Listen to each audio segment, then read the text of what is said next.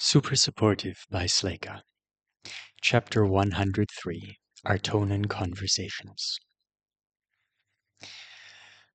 Alden was constantly reminding himself to be careful of cultural differences and, more importantly, personality differences when he spoke to the son of the primary. For example, if, when you were sleepy and focused on not biting your own tongue, you said, "We can talk all day tomorrow," Stu of House Art did not hear, "We can talk lots." He heard, "Call me at the crack of dawn and stay on the line with me until one of us needs sleep." Alden was in his boxers, kneeling on his learning cushion, getting in some practice time with his Aureate when the call came in. Startled, he threw the iridescent indigo loop over his head, leapt to his feet, and ran to the closet. 30 seconds later, he was dressed in the first thing he'd laid his hands on, jeans and one of the moisture-wicking black turtlenecks Leaf Song had sent him in the replacement human necessities package. "I didn't intend to wear one of these unless I got really lazy about laundry," he thought as he accepted the call. They were comfortable, but they were turtlenecks, and the material was faintly shiny like silk. He was on the fence about whether it was a tolerable amount of shiny or not. "Good morning, human Alden," said Evil Art. She was outside, leaning against a mirrored wall of the house, waving at him with fingers covered in thick rings. It almost looked like she was wearing hand armor.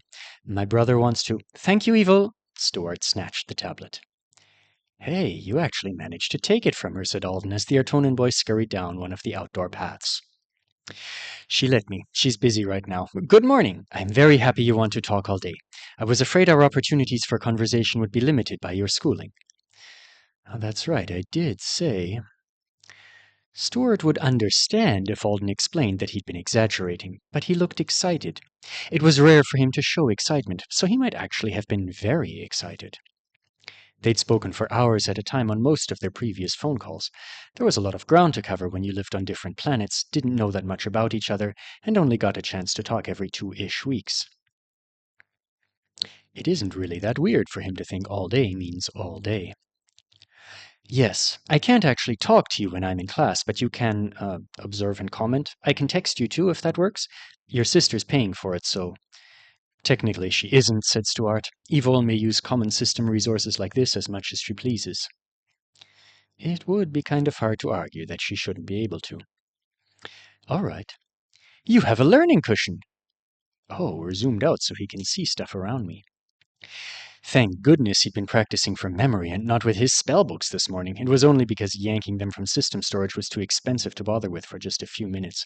He usually waited until he was settled down for at least an hour or so at a time. "I do." Alden looked down at the faux leather learning cushion. There were some at the lab with Kibby. I liked them. You'll get to see some of them in one of my classes today too, but I can't really find any as nice here on Earth. They all seem to be more cheaply made." "That's appalling," said Stuart with a frown. "Does your new school not have proper respect for the sanctity of your education?" Wow. Alden had temporarily forgotten his plan to send Kibby videos of his classes so that she could rant about late teachers and people who ate chips during the sacred hours of knowledge acquisition. "It's fine. Human school is it's not always less serious. If you'd been watching my talent development class last night, the magic and physical education I wanted to attend this program for, you'd have seen it can be very serious, but my daily classes aren't as formal as an Artonan school." "Orly Roden is unusually informal for an instructor," Stuart said. "Yeah, I can't imagine most teachers threaten their students that much." "It is barely forgivable in his case because he manages to present it as a consequence of eccentrically high passion for his field and exacting standards." "You're saying he gets away with being mean because he's so gifted everyone else really does come across as inferior when he's around," said Alden. "That's not perfectly accurate, but it is close." "People are probably just afraid to complain after they've sat through a class." "He is pushing the boundaries of student tolerance farther than he should lately," said Stuart. "His assignments are becoming more punitive than educational. The dissections—" Alden gasped. "Are you criticizing an instructor?" Stuart turned his nose up. "I am merely saying that when a couple of my classmates lose their composure and seek vengeance, I may not be able to condemn them for it." Alden was sure roommate code dictated. You do not spring a sentence like, I have this very important artonan friend and he's watching us all through the system, on innocent people before 6:15 a.m. The guys deserved to wake up without being observed by the curious wizard in Alden's head, and Stuart was curious about everything. Who is that? He asked as Alden stepped out of his room with his messenger bag slung over his shoulder and encountered loot coming from the opposite one. What is that animal on the wall? Oh, another boy. What is his name? How many people do you live with now? Instead of responding to the question stream right away, he jogged through the kitchen and out the corridor. When he was safely out of his room, he answered, I'm living with 3 other boys. The one with the pale hair is Loot. He took the stairs down to the first floor. The animal on the wall was a polar bear. Not a real one. The boy with the dark hair is Haoyu. Lute's a chainer. We'll see him in a few hours. Haoyu is a stamina brute who's planning to pick up some spell and skill overlap with the strength subclass. Why? I think it's mostly because that's what his mom and dad do, said Alden. But I haven't asked. We're just getting to know each other. They call it a Dura Brute build. He wants to have some more offensive abilities without losing the advantages of his class. I see. What are those plants? After a brief tour of the garden and a trip across campus, Alden ended up drinking coffee and eating vegan sausage rolls in the student area on the roof of the Forthright building. He was the only one up there. The early hour and the gloomy weather were probably keeping everyone else indoors. I just remembered something I wanted to ask you, said Alden, when Stuart's questions finally stopped for a moment. There's a food they served us when we were working on campus at Leafsong. I think they sell it at one of the restaurants nearby, too. It's this short, thick tube. It's crunchy. It's cooked in hot oil, maybe? And inside it's full of some kind of vegetable, and the vegetable tastes like meat, to me, earth meat. I really want to know what it is so I can try to import it. Stuart was in the woods right now, preparing a hunting game for his rabbit. He had a small basket full of creatures he was calling bugs for her to find. They did look like beetles, if beetles were rat-sized. Was it coated in a substance similar to coagulating blood? Stuart asked. I was thinking of it as a delicious sauce, but now that you mention it, yes? The tubes are called karethkan. The majority of the first and second wave of settlers to Artona 3 were from a culture in which it is popular. The vegetable you like is native to 3, and colloquially it's called meat petal, so I'm sure that's what you mean. Meat petal, said Alden reverently. Stuart gave him an odd look. Hey, you've got giant bugs crawling up your arm. I'm not the strange one. Meat petal is a great name for a plant. They don't bite, said Stuart, knocking the 2 escapee beetles into the basket. Meat petal does, though. The jungles of 3 are known for their carnivorous plant life. It bites? The masticating petals snap shut when something touches them. Alien Venus flytrap. Let's eat it. He was soon distracted from his plans to import alien plant life, though. Stuart had stopped walking. He set down his bugs, shook his arm slightly, and a soft loop of string slithered out from under the loose sleeves of the coat he was wearing and fell into his hand. His aureate. For a second, Alden wondered if it was a new one. Then he realized it wasn't quite unbonded white. It was just a very pale shade of purple, like his father's hair was, or his sister Sina's had been. Alden felt an unexpected urge to compliment him on it. Then he realized he had no idea how to do that, or if it was even appropriate, so he just watched in silence while Stuart cast a spell. Something was different about the way he used it. Alden couldn't quite put his finger on what it was, and the spell was over too quickly. A scoop of soil was taken from the ground as if by an invisible trowel. Stuart dropped a beetle into the hole and kicked the dirt and leaves back over it with a booted toe. They'll just sit there, he explained. Alden fixates on visually tracking her prey. She needs to practice using her sense of smell, too. Human Alden was too busy watching the young wizard's hands as he cast again to answer. Stuart's was elegant and precise. Alden had seen him make Wevy before, so that wasn't a surprise. And he wasn't faster with his hands than Alden was, but the string was moving through the patterns. It moves more for him than for me. It was almost like Stuart had a couple of additional fingers to use. Alden touched a hand to the base of his neck. His own aureate had been getting more and more helpful. He could make it tighten, or cling, just by wanting it to, so maybe one day they'd be at that level too. You're quiet suddenly, said Stuart. Are you sad the bugs will be eaten? You don't have to observe if you don't want to. Oh, it's not that. I was just really enjoying watching you work. I hope other Alden has fun with her hunt. Stuart paused with a beetle held in his hand over the fifth hole. Then he dropped it in and covered it up. He looked away from his task to examine Alden. Then he held up his right hand. The loops of string draping his fingers shone. This is my Aureate, he said. It's a casting tool, a more personal type of one. I've had it since I was small. It aids me in shaping my authority for more complex spells. It gives me focal points, lets me think how to... He trailed off. He's trying to think of how to explain it to me, Alden thought, as he took in the look of concentration on Stuart's face. It's like a helpful hand that works alongside my intentions to perform magic, Stuart said finally. There was a note of annoyance in his voice at the inadequate description. It's part of me, a piece of my power. I don't know if that will sound reasonable to you. I can't quite imagine how to say it otherwise. Thank you, Stuart, Alden said. I understand what you mean. Do you? Alden wanted to say, yes, I really do. He tried to think of how to do it without revealing personal experience. You look...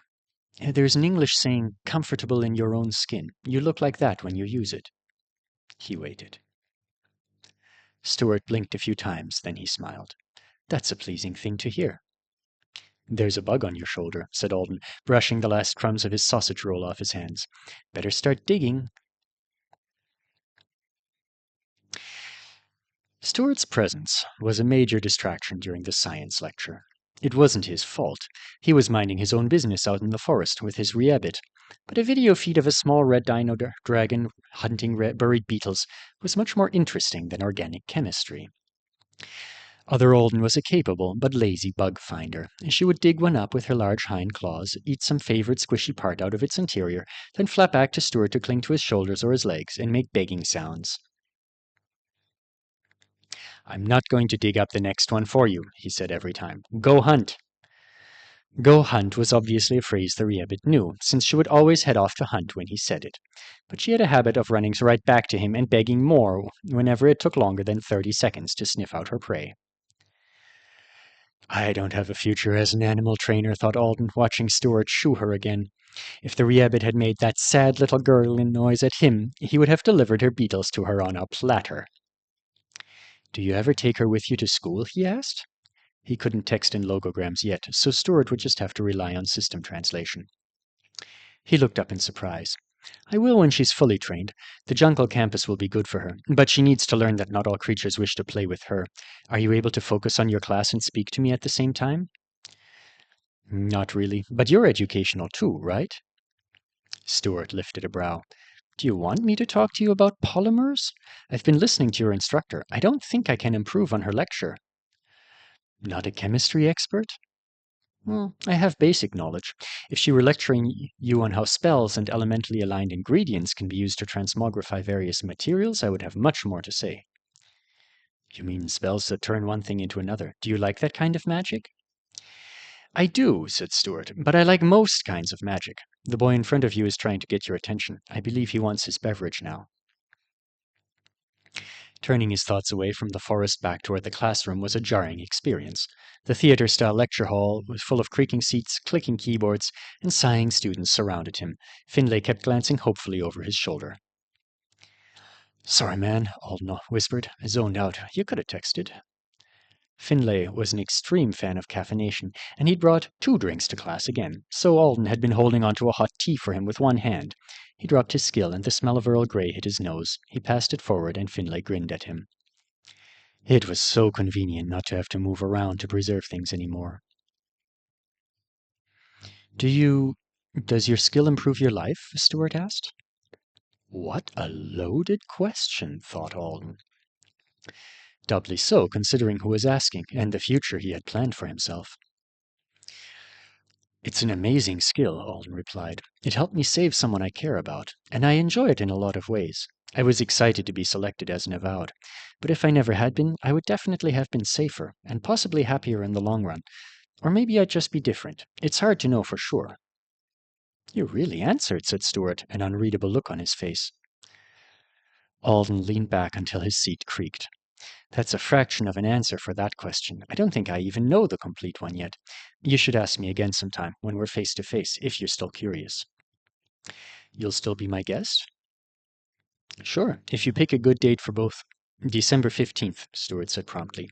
It is your weekend, and I will not be in school either. I will persuade Evil to send you an invitation. Alden stared. So Stuart had totally already picked out the date, and yeah, that was soon. So soon. Don't get freaked out. He's not summoning you to do anything dangerous. He wants to serve you beverages out of the pink quartz pitcher and do whatever it is Artonan knights in waiting do when they have friends over. The 15th is good for me, but if you wanted to wait another week, I'll actually be out of school for 11 days, starting on the 23rd. It needs to be sooner, said Stuart quickly. That is to say, I'll be busy with something during that time. And I hope to see you before then, if you don't mind. You don't have to come if... December 15th, Alden texted. Perfect date. I'm putting your name in my calendar. Truly? Stuart smiled. Yes, truly. He couldn't put things like Parkour Club meetup in Parc des Bateaux on the calendar and leave off go to another planet.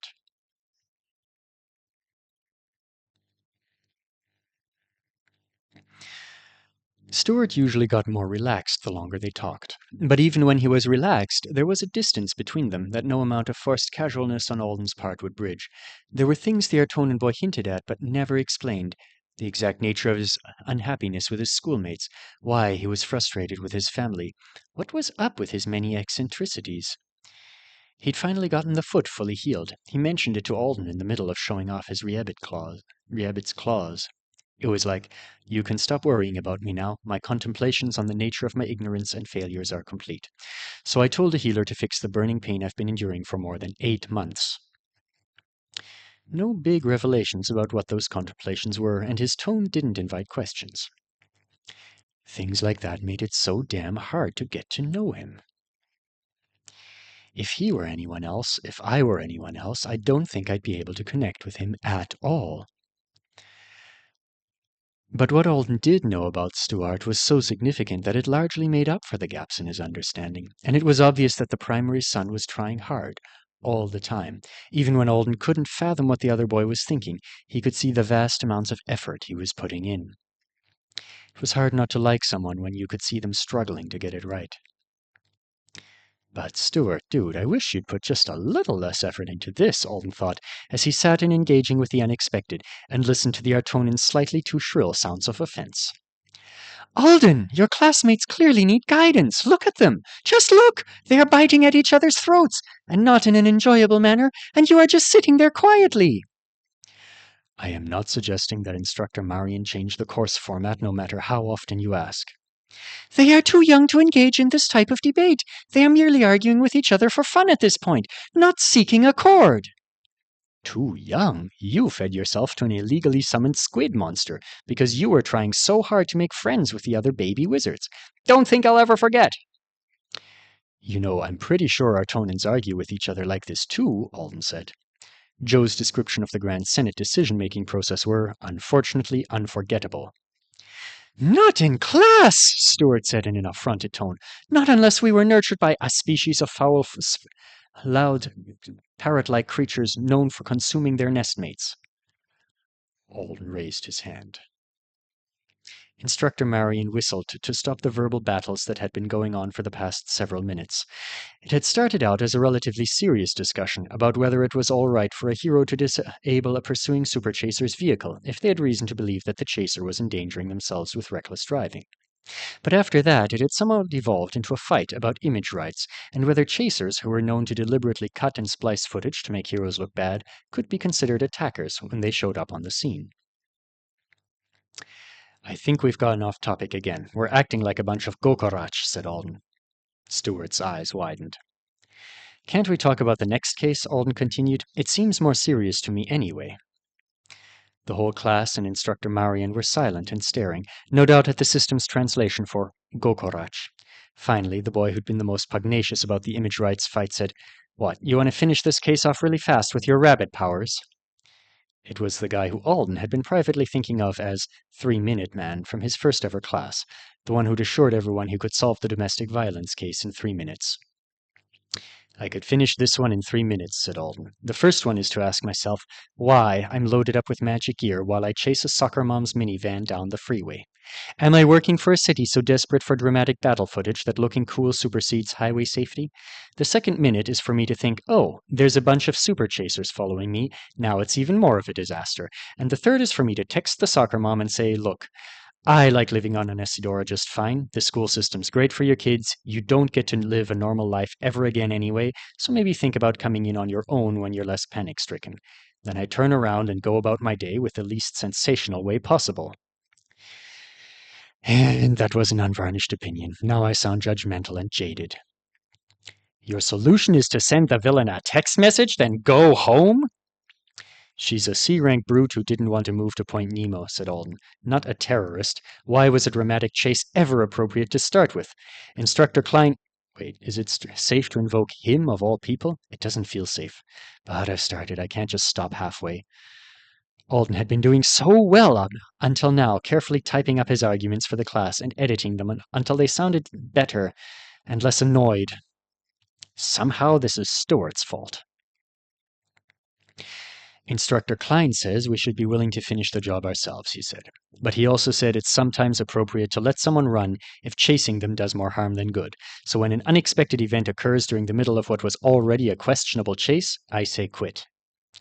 One of the third-year girls turned around in her desk. Who cares about that? Did you call us stinky cannibal parrots? Technically he said we, so he was calling himself a stinky cannibal parrot too. Gokach, said Andre under his breath. Gokovach? Instructor, does Gokorach fall under the no disrespectful language rules? Because I think we should add it to the class vocabulary. Is Gokorach the plural or the singular? Alden, said Instructor Marion in a tired voice. Sorry about that. No alien species names. I have a hard enough time deciding where to draw the line with human insults. Understood. What if we just say stinky cannibal parrot in English, Instructor? Someone asked. Is that too disrespectful? A very long way away from their classroom, there was an alien boy covering his face with a hand.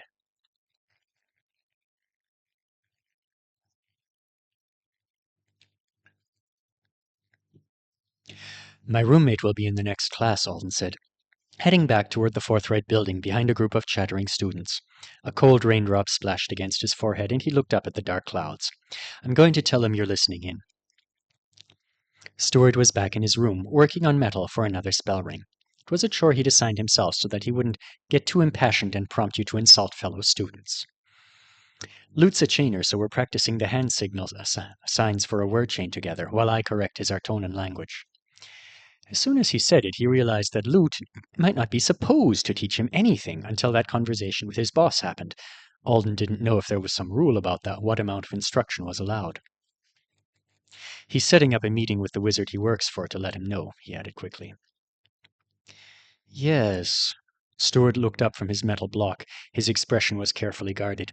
I was trying to understand the nature of your relationship with him after I heard his class. The nature of our relationship? Alden asked. We're getting to know each other. We're roommates. He was fun to spend time with the other day, and he's a good tutor. I think we'll be friends. Why would his class matter? Stuart still looked cautious. You did say you were suffering from the bad half of a word chain last night. I assumed it was your own, but then... Lute gave me the good half earlier in the day. I can't cast it myself yet. So he was doing you a favor, Stuart said in a relieved tone. You don't prostrate yourself beneath his feet after the feast. Alden stopped walking. Another raindrop hit his nose. I don't what now? He said. Completely in English. He'd been speaking Artonan with just a few words peppered in to cover vocab failings, but there was some level of confusion so great that they could only be conveyed in your native language. I don't what? He said again. I'm so relieved, said Stuart. I didn't think that particular subculture had made it to Earth yet. There's very little overlap between them and the majority of wizards. But you spent a long time on Thagund, so you might have encountered their ideas and found them persuasive. It would have been fine if you had. They serve the Triplanets too, in their own way. Many refuse to acknowledge their place in our society, but their cultural and practical value has been affirmed by the Grand Senate. Some of our most powerful word chains wouldn't even exist without their zealous perseverance. And considering my family's relationship with them, it would be extremely improper for me to judge You finding spiritual meaning where you wished. Rain had started to fall in earnest, and Alden sprinted for forthright, Stuart's wildly indecipherable rapid-fire reassurances that he would absolutely still respect Alden if Alden wanted to be someone who derived spiritual meaning from Lute Velra rang in his ears. What the heckity heck, he thought as he hustled. He'd heard that word chains had religious significance to artonans. The teacher with the lasered hairline had insisted on it, actually, but he'd yet to find evidence. Kibby had appreciated them more as aesthetic and ritualistic objects. She thought they sounded pretty and felt magic-y. On artonan soaps and sitcoms he'd seen, nobody who did word chains acted differently than Alden would have expected. Now Stuart was throwing around all kinds of interesting words. I'm really glad you respect my freedom of religion, said Alden as he dashed into the building, but I have no idea what you're saying. He suddenly spied a blonde head beelining for the stairs. A very short blonde head. Lute! Lute spun around. Oh, hey, Alden. You left in a hurry this morning. That's what I wanted to talk to you about, Alden texted, swiping beads of rain off his messenger bag. It was waterproof, good to know. I didn't want to surprise you guys first thing. I'm talking to my artonan friend today. We're on a video call right now, and he can see my surroundings. So maybe you don't want to go so hard on the colorful language in class? Lute pointed at him. You and Haoyu went on your fancy gym and absorbed potions together last night. I wondered when I smelled the watermelon. Lexi looked like he crawled from his own grave this morning, and you two are all springy. Alden blinked. We did our homework in the recovery sauna. Lute didn't even bat an eye at the news that Alden was mid-call with an alien. He must have been even more used to artonans than Alden had realized. Ha! Next time Lexi makes fun of me for eating sandwiches in the tub, I'll just remind him he's the only one in the room practicing asceticism. By the way, your dishwashing session last night was legendary. The forks!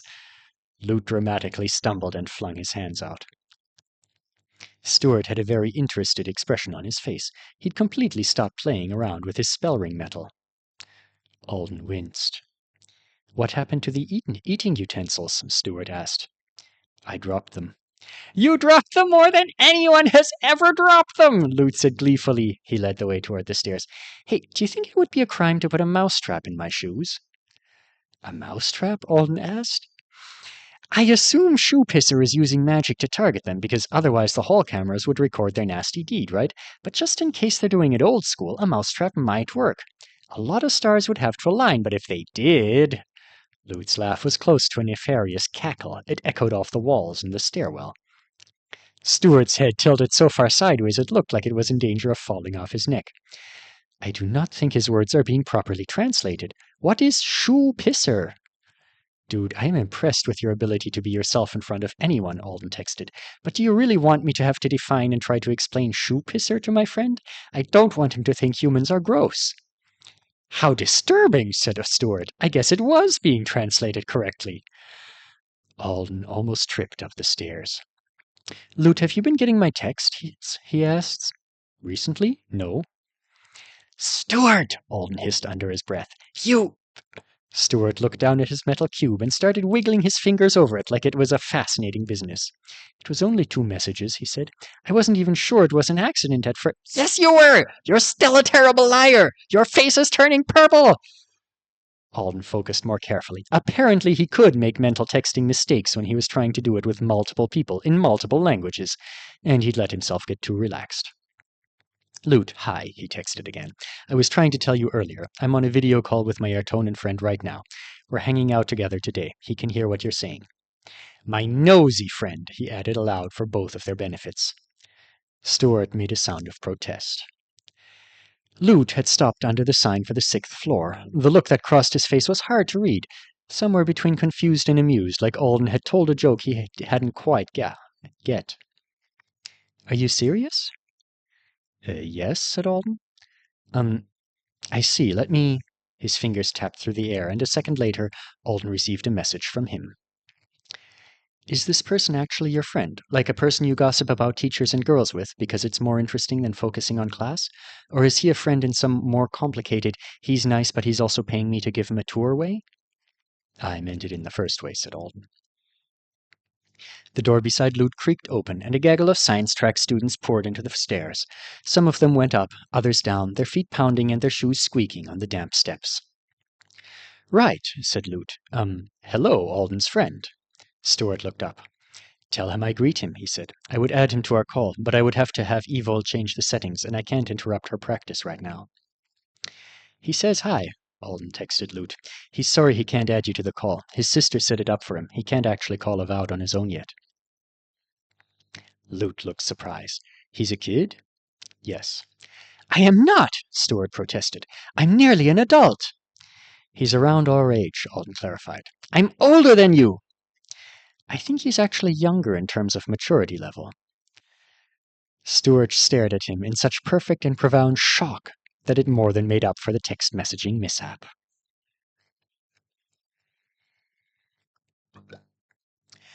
Artonan conversation class had never before involved such an impossible amount of mental juggling. Stuart was busy being outraged by literally everything going on in the classroom, but that didn't stop him from wanting Alden to convey messages to Lute. And Lute seemed to have developed a split personality of his own. He was a little nervous that Artonan was watching him teach Alden a word chain, but he was also enthusiastic about having someone answer the burning question Alden and the system were unable to. How do I say dickwad? Lute whispered, his eye fixed on Alden's forehead. That seemed to be where he looked when he was actually talking to Stuart. Really? Alden asked. Tell him I will attempt to come up with a translation in a moment. Look! Just look! That learning cushion has a stain! Really? Alden asked again. Well, I suppose it hardly matters, said Stuart, his voice rising an octave. They've put you in an instructional environment so far below your level, I'm surprised you know not rise from that ass-abused cushion and make a righteous scholarly exit. You know, Alden texted him, I'm starting to think you want me to be expelled. There has to be a better school! This is literally one of the best schools on the island. It's so much better than my old one. Human school is just more relaxed about a few things. People are allowed to eat in class here, so sometimes stuff gets stained.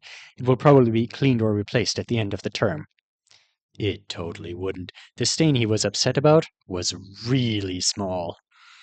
While Stuart freaked out over Instructor Rao's bizarrely disinterested teaching style for the 11th time, Alden let Lute correct one of his hand signs and informed him that there was an Artonan vulgarity for things that had been sat on with butt cheeks when they shouldn't have been. Stuart fretted, and Lute practiced the word for ass abused, and Alden decided he juggled the two of them long enough. It was time for him to get his own burning questions answered. All right, this is more of a text message only conversation, he said to Lute while the chainer nudged his left elbow toward the inward to correct his signing form. My friend seems concerned I might be someone who prostrated myself before you at a feast, or a fancy dinner. Do you know what that's about?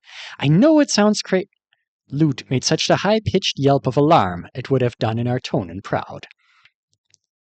Several people turned to look at him. Stuart paused his rant. Oh dear, is he very upset? Does he need comforting? I'm fine, Lute said to their classmates. I pulled a muscle. Sitting down? A girl asked. I'm fucking talented, okay? Said Lute. Artonan only in class, everyone, called Instructor Rao. Lute was looking at Alden in utter horror. Alden smiled apologetically. Sorry if it's a weird or sensitive subject. It's both! Lute fixed his eye on Alden's forehead again, pointed and said, No! Is he talking to me? Stuart asked. Lute started typing furiously. I don't want you to hear about my job from someone who's going to make it sound like that! So people don't prostrate themselves before you? Lute's expression was mortified. Relax, said Alden. I'm teasing. I know Artonans can get hyper-poetic about the simplest things.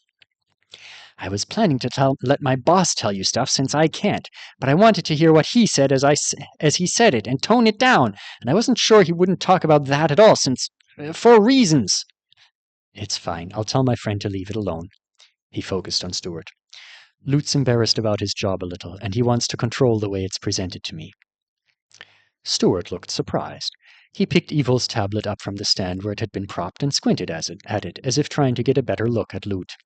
Is he not pleased with his work for the Palace of Unbreaking? He sounded very concerned. That's... Well, I suppose I should respect his wishes and allow him to tell you about it? It's fine, Lute, Alden texted. He says he respects your wishes. Are you just saying that to make me feel better? Lute asked suspiciously. I never imagined an avowed assigned to that service would be embarrassed about it, Stuart mused. The work should be easy, but those people can be very odd.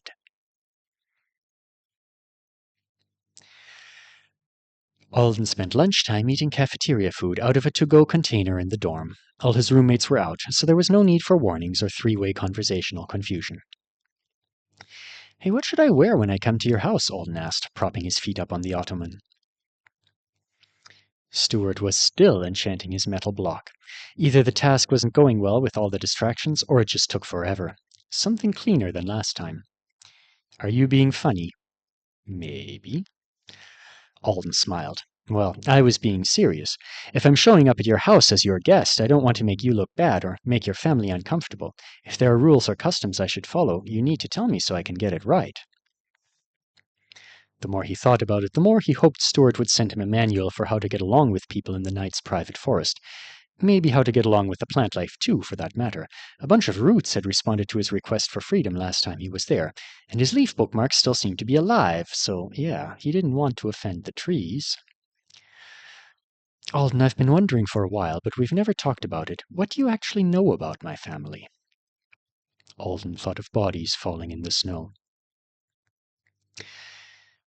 The first time I ever heard of a Knight of the Mother Planet was when you were declaring your intention to become one by the pond, he said. The one with the mission in it. Stuart sighed. I knew which pond you meant. I had no idea what you were talking about, but Joe said you probably had enhanced bones, and you'd been modified so that you couldn't fall unconscious unless you wanted to. So I figured a knight was someone who fought something. By the way, the word doesn't translate all that well into my language. It seems to have a lot of subtle shades of meaning that aren't captured, and Earth actually translates it differently than Artona 1 and 3 did. The list of alternate translations he'd requested after waking up in Night Rapport 1 had given the impression that the word was more like honored oathbound guard servant, so he guessed the word knight was just doing its best. Superior Professor Rodin shouldn't say things about me when he doesn't know, Stuart said. He sounds peeved. Alden was surprised. Was he wrong?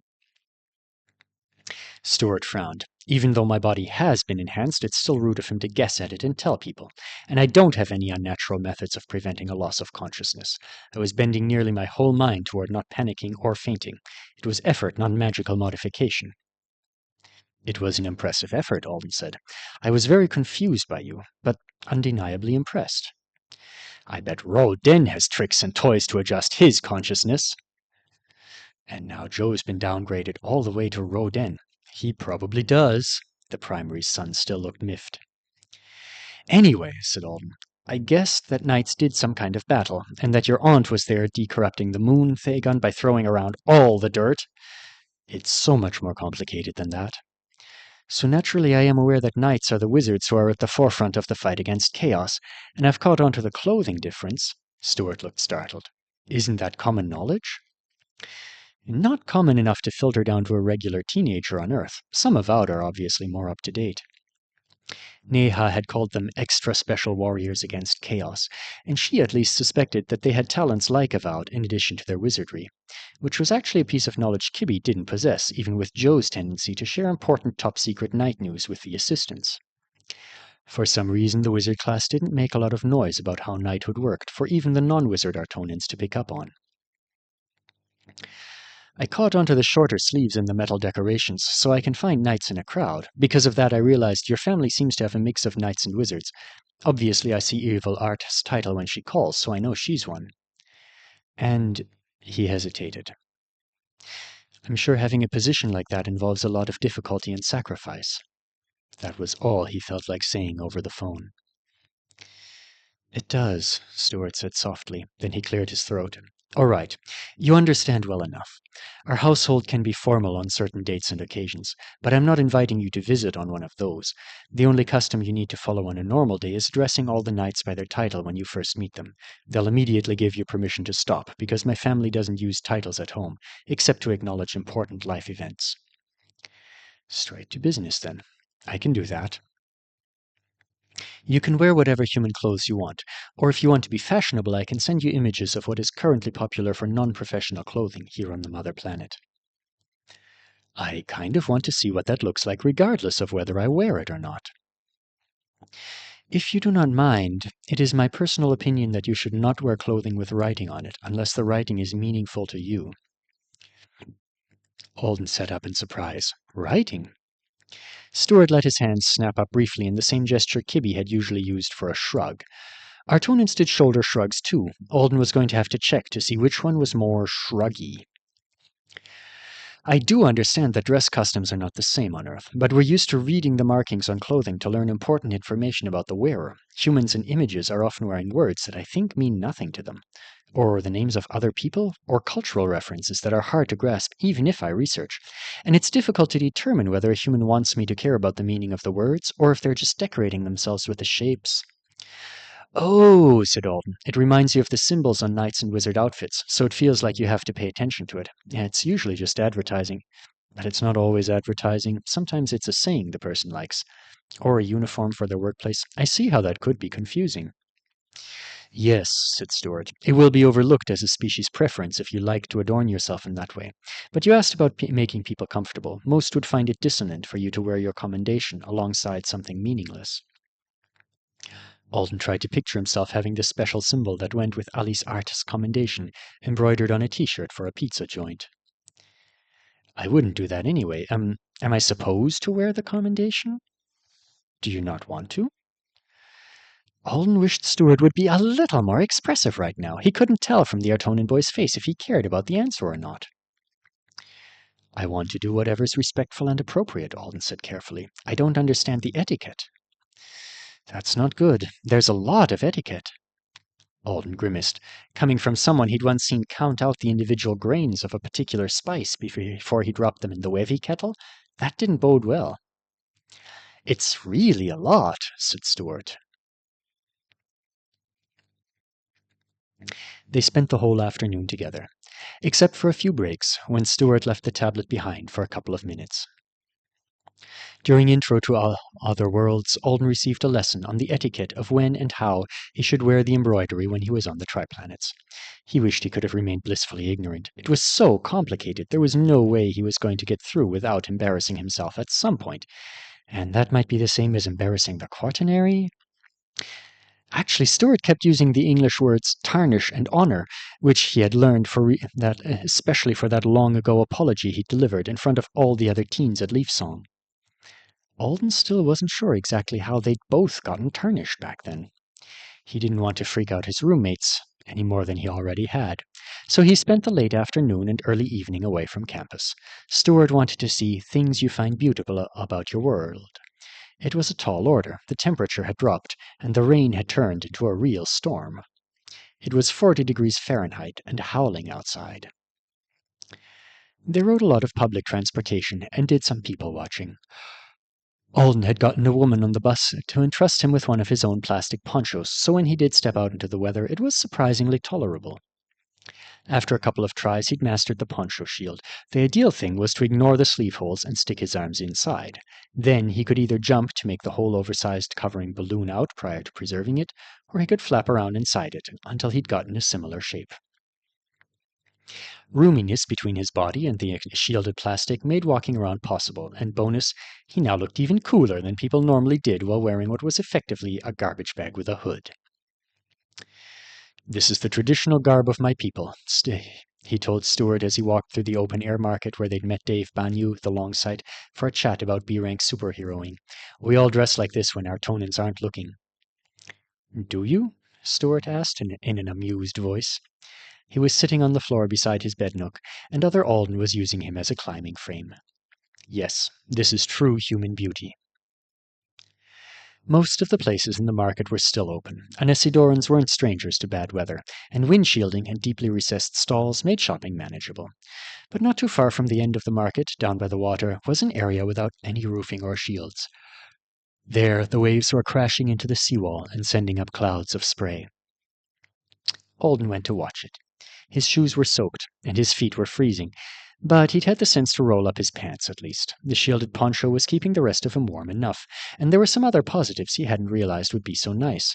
The wind that whipped his ankles and stung his face when he turned his head to the wrong direction wasn't touching the rest of him, except as an occasional swirl of air that found its way up from the bottom. And the raindrops that should have been loud against the plastic were soundless. He could still hear sounds coming from the open front of the hood, but the muffling was nice. The constant pressure on his skull from the wind and rain was an interesting feeling, too. He couldn't pick out the impact of individual raindrops. It was far too many little things hitting him all at once, but it occurred to him that if he wanted to refine his sensitivity in that area, standing out in the rain wasn't a bad plan. Or under a shower, but that didn't have the same drama. A large wave burst against magic and concrete, and Alden stood in the spray, licking salt off his lips. "Do you like that spot?" Stuart asked. "I think I really do." He was very nearly alone out here. Godspeed to any drone smaller than a helicopter trying to fly in this weather, and good luck to anyone not packing magic that would protect them from a gale. Probably there were other oddballs having fun somewhere else. He could definitely imagine Vandy trying to skyshape in this. He'd seen her outside the girls' dorm this morning, trying to trust fall into a cushion of her own breeze. She'd hit the ground. Apparently she hadn't gotten the hang of shaping while she was falling backwards. But here, now, this little patch of earth felt like Alden's own. Fagin fucking sucked, he told Stuart and the storm. Even before the contract failed, it sucked. It was still all the time. No wind. There was almost no sound. That place felt like death even before it turned into death. "Would you like me to have Aunt Alice dig an ocean there?" "Yes!" Stuart rubbed his rabbit's scaled snout. "You do know that was a joke?" "As far as I'm concerned, it was a promise." Another wave smashed itself against the island. Alden spun and let the back of the poncho take it. "Alden," Stuart said hesitantly, "I have a question that I don't mean in an offensive way, but I am curious." He turned back around. "Just ask." "You're attending your school because you wish to challenge yourself and busy yourself to overcome your fears." I did tell him that weeks ago, and afterward he told me he wished I could go to Leaf Song with him.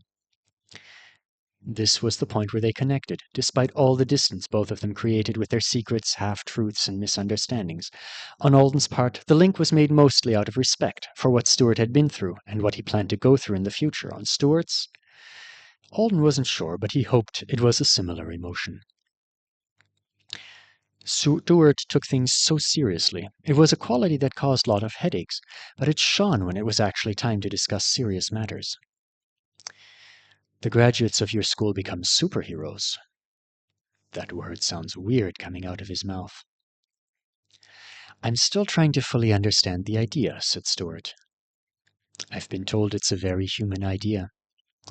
"Yes, it must be. It is battle against those who would harm others, and it is also battle for the sake of entertainment." Battle theater, Max called it. Alden wondered why he'd bothered arguing if even Stuart got that impression. "It is, a lot of the time. There are superheroes who don't entertain people at all, though. I have an instructor who only helps with disasters, and the Anesidora battle groups have entertaining heroes on them, but they don't do entertainment when they're called in as a team to deal with real problems." "It's also the job of superheroes to capture other Avowed and force them to live on Anesidora with you," said Stuart. "Even the ones who don't do harm?" Alden could tell from his tone that this was the thing he'd worried was potentially offensive. "I understand it's illegal on your world for Avowed to live among average humans." "It is," said Alden. "And yes, that's part of the job for many superheroes. Most, I assume. Though I guess whether it's something ugly and dramatic like that case we were talking about in class today, or something more reasonable, must depend on the people issuing orders to the Avowed. What exactly did you want to know?" "Will you do that one day?" Stuart asked. "I won't." He had thought about it when he was younger. He hadn't thought about it when he was younger. Superheroes picking up completely harmless unregistered.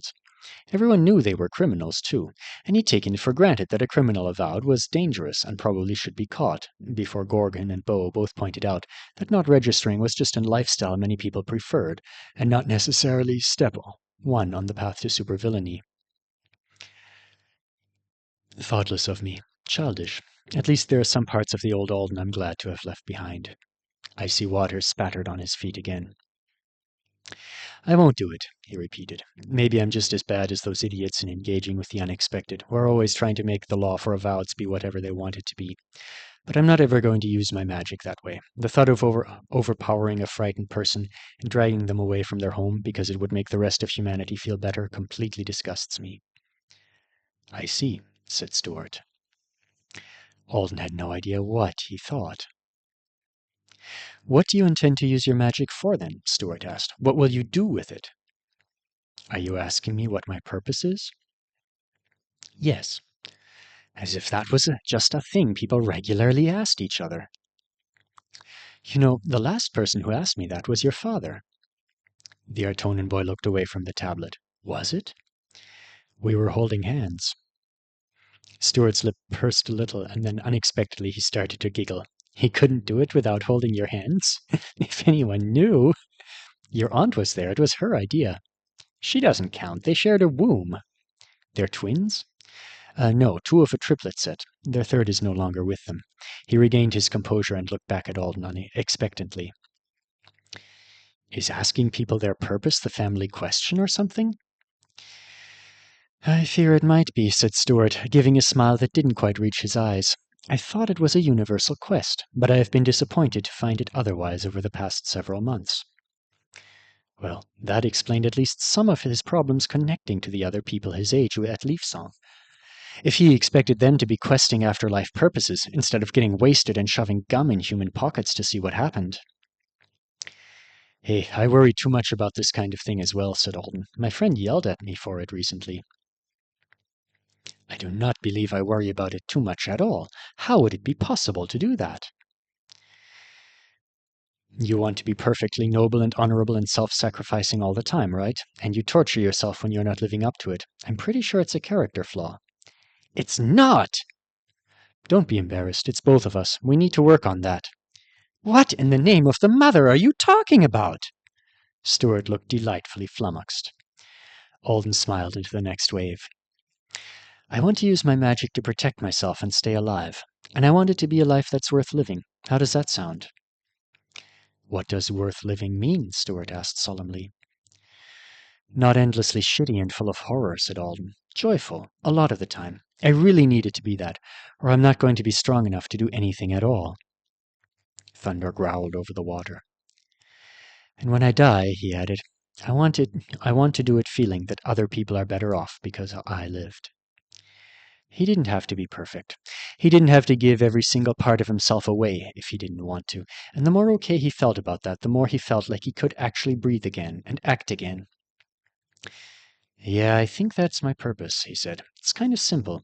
It's not like I have a detailed plan anymore. And it's a little more selfish than the old me would have wanted, but he didn't know himself as well as he thought." After he'd finished speaking, Stuart watched him for a long time without saying anything at all. When Alden started to shiver, he turned away from the water. "Come on," he said. "Let's go find someplace dry. Before you leave, I'm going to show you how to fold a paper airplane."